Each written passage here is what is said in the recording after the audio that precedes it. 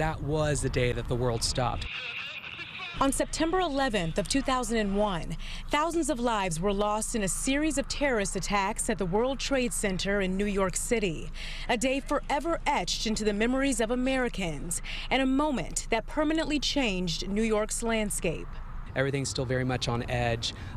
Anywhere you could see an American flag was draped, anywhere it could be. Joseph Finnerty traveled to New York 6 months after the attacks for an independent documentary, interviewing students at a high school located just 3 blocks from the World Trade Center. They were kind of an eyewitness to history, really. So what a lot of us saw on our TV sets at home, they saw out the window of their classroom. And after sitting in storage for 2 decades, Finnerty found and converted some of the old tapes that never aired in the documentary to be released on his podcast Saturday for the 20th anniversary. What we're doing, re-releasing this at 911tapes.org, that's giving them a voice in a way they didn't have before. Finnerty shared clips of the never-before-heard audio tapes with Fox 11 ahead of the podcast launch, with students recounting that grim day. At first we were like, oh God, a bomb went off, and then it just looked so big, and someone said that they heard a plane, and the first thing that went through my mind was not, oops, this is an accident, because it looked like a direct hit. Another student talks about having to evacuate the high school.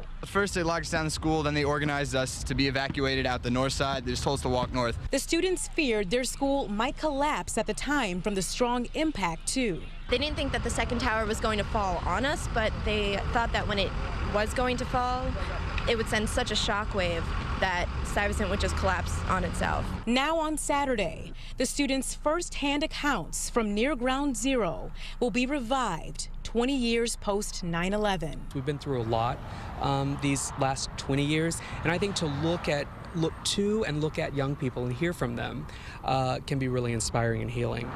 Finnerty says he wants the next generation of kids to be able to hear from people who were their age at the time of the attacks. We'll put more information about the podcast on our website. I'm Coco McAvoy, Fox 11 News. Powerful, Coco. Thank you. A reminder, we are airing a live special edition of Good Day LA. It's Saturday to commemorate 20 years since the attacks. It'll start at 6 a.m. on KCOP.